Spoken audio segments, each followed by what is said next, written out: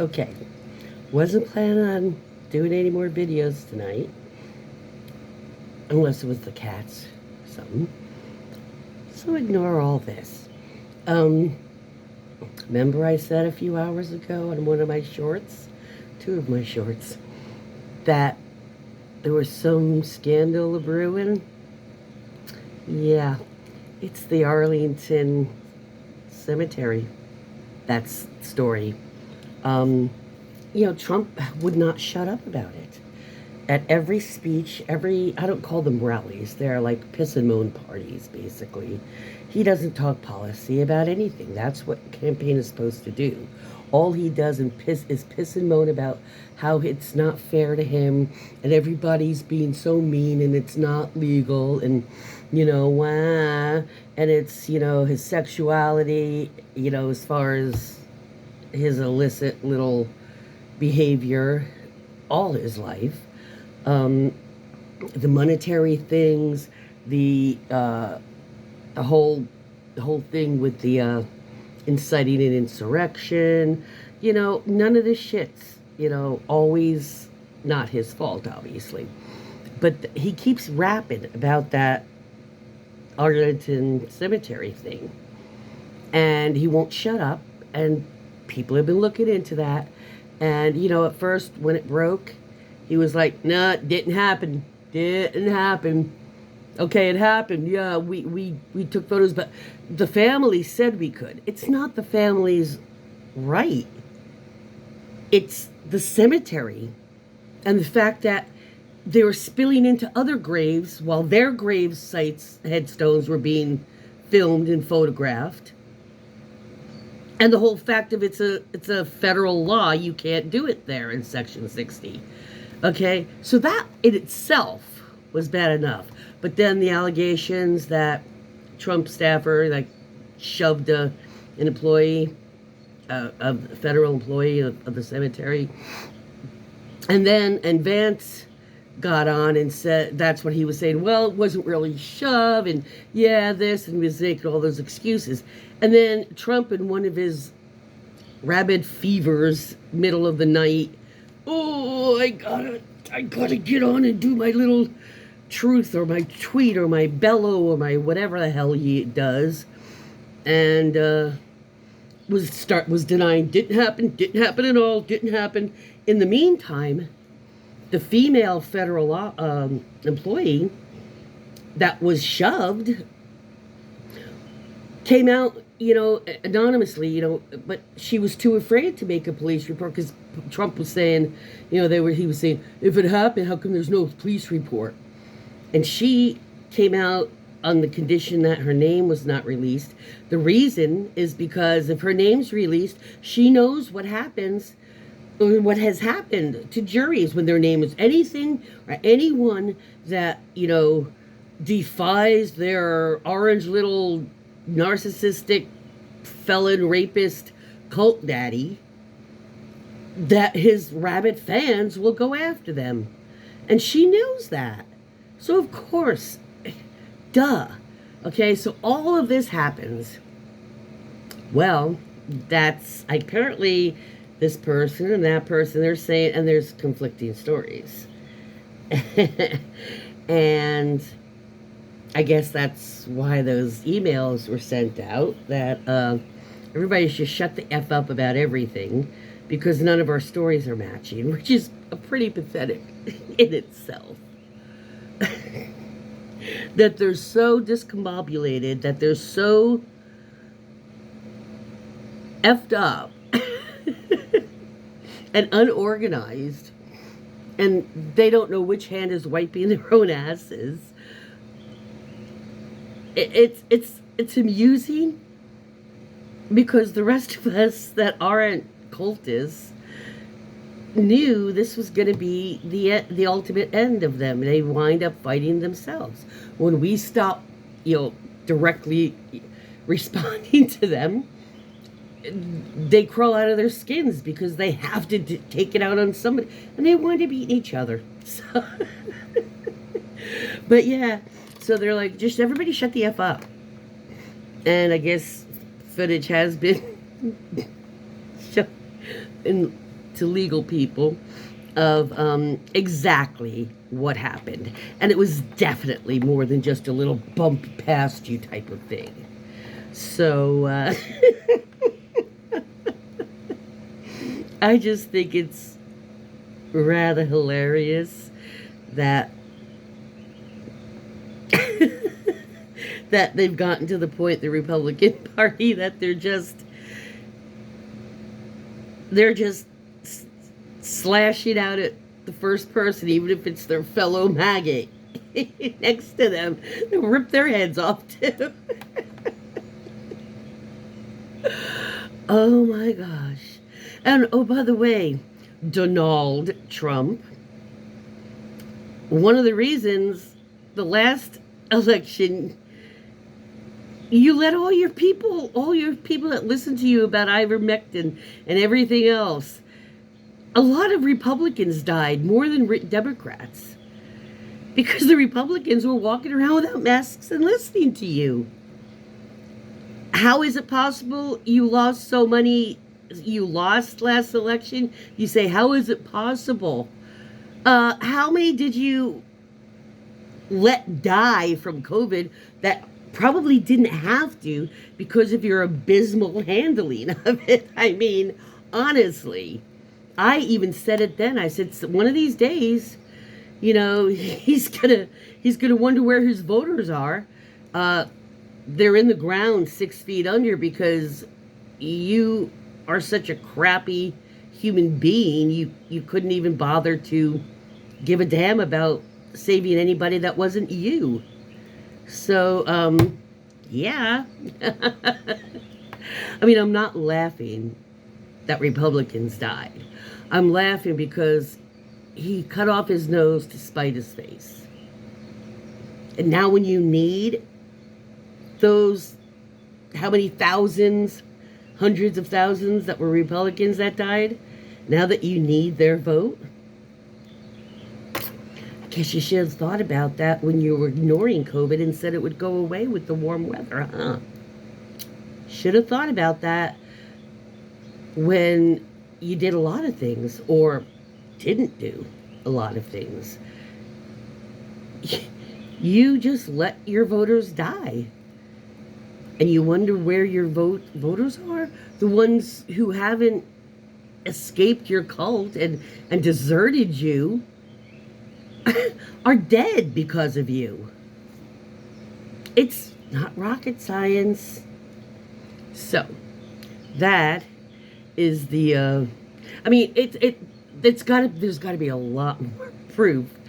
There's got to be a lot more that's coming out if the campaign heads are panicked enough to tell everybody just to shut the hell up about everything to everyone. Keep your mouth shut and your nose to the grindstone, basically. Go watch Adam Mockler. Tonight he has something up there about this. It's called Trump Arlington Staffer Identified It Got Worse. Adam Mockler. Go ahead and watch his video, because if you don't believe me, if you want proof, he's got the articles. He'll show you everything. But I didn't want to wait till tomorrow morning. I figured everybody would know tomorrow morning, but apparently it was the real truth behind it was ferreted out faster. I'll tell you what, the Midas Touch Network, like the Midas Touch Network really digs into things. They break stuff that even mainstream news gets from them, because their researchers are amazing at finding shit and getting it in format that can be presented, not in forms or whatever, and getting them to their hosts to get to us. They're so good at it. They broke a lot of things about the Supreme Court. They're fabulous. So if you really want to watch honest truth, Adam Mockler, David Pakman, Luke Beasley used to work for David Pakman. He's got his own show now. Jesse Dollimore and Brittany Page. um, Brian Tyler Cohen. Just some channels on here that give you a straight up honest opinion. And when Democrats effed up, they tell you. It's not, people say they're left leaning, but they're truth leaning. Like I said, when Menendez was screwed, I was yelling the loudest. I'm from New Jersey. I'm here right now. I was yelling the loudest. Republicans always say, oh, what about those that are Democrats? You guys all say. No, we don't. We say, you know what? If they're doing illegal shit, screw them. Send them to the courts. I don't care if they're Republicans or Democrats. If they're Democrats, it's just as bad. And they need to have their justice meted out as well. Unfortunately, MAGA Republicans cannot do that. They can see the flaws in everybody else except in their cult leader and in who their cult leader says is off limits to them. Other than that, So, but anyway, those are the people that give you some straight up news, and they will knock whatever side it is if they effed up. When they're supporting Netanyahu, Biden, it's not that I'm against Israel. Netanyahu is not being reasonable, and he's making things worse. I believe, and I'm not like pro-Palestine, and I'm not pro-Israel.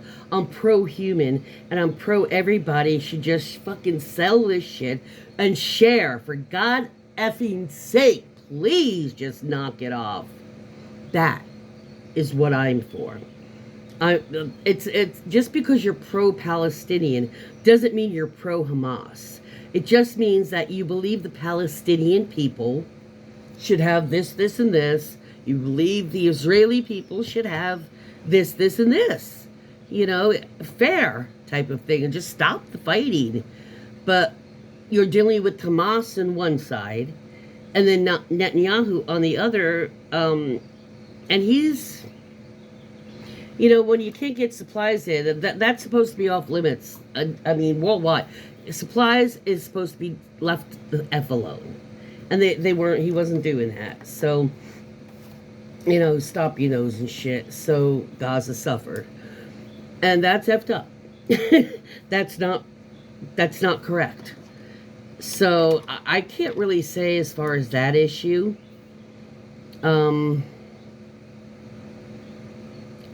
Either side is completely right. Or completely correct, shall we say. It's a tough one.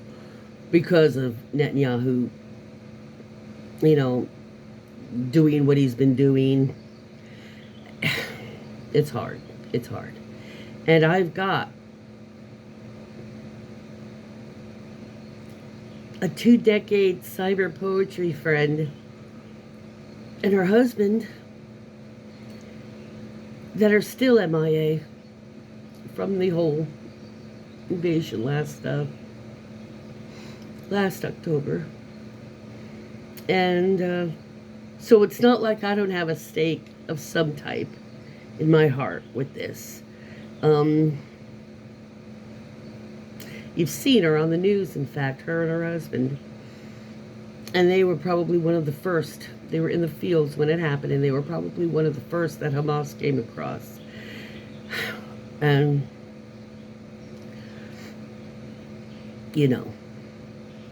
and they still have not had, they've been declared as confirmed that they're no longer in the physical world.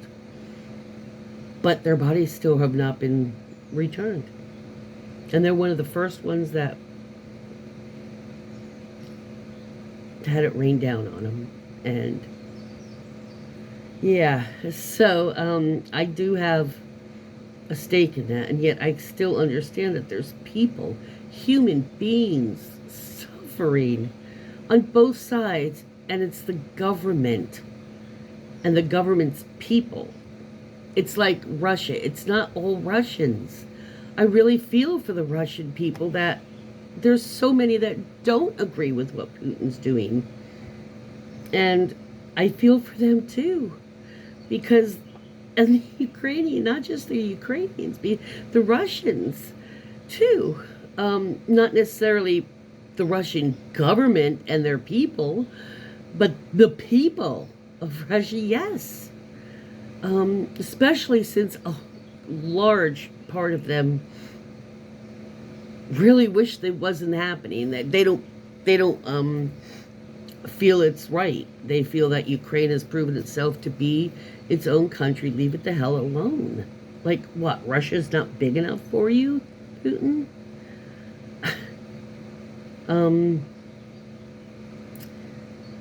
So that's kind of, I've never mentioned really in length about how I felt about that. Wasn't ready. But this is that's what the whole locking down on the talking to the press, the Trump campaign is.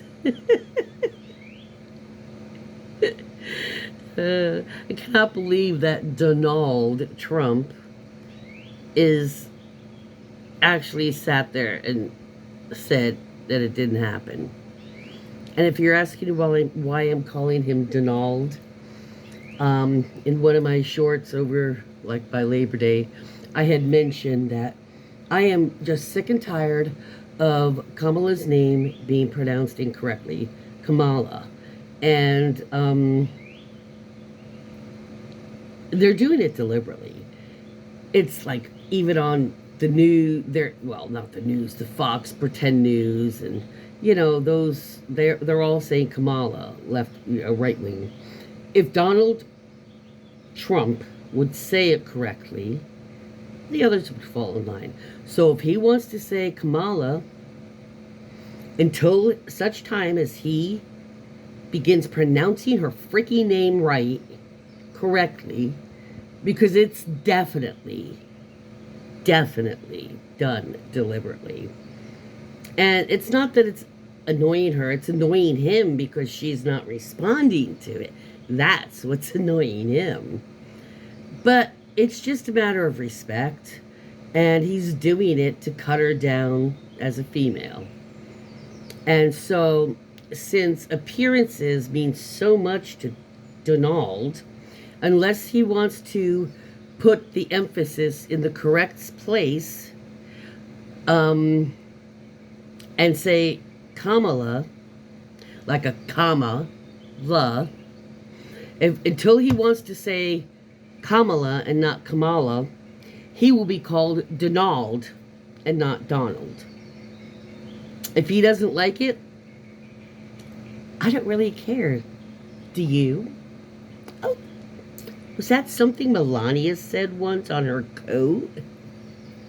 Oh, and I've got a little talk with you about Melania the next time I talk with you. Again. And no, I will never forgive her for two things. One, she destroyed our rose garden. It wasn't her rose garden. It was the country's freaking rose garden. And that is not something you can fix. Two, that last Christmas they had, the one where the phone call to her friend was leaked out, and where she was bitching about having to decorate for Christmas and she doesn't really give a fuck, and remember that Christmas, the bloody Christmas? Everything was red on white. It was like bloody Christmas. Kind of was a little bit of a prequel to January 6th now that I think about it.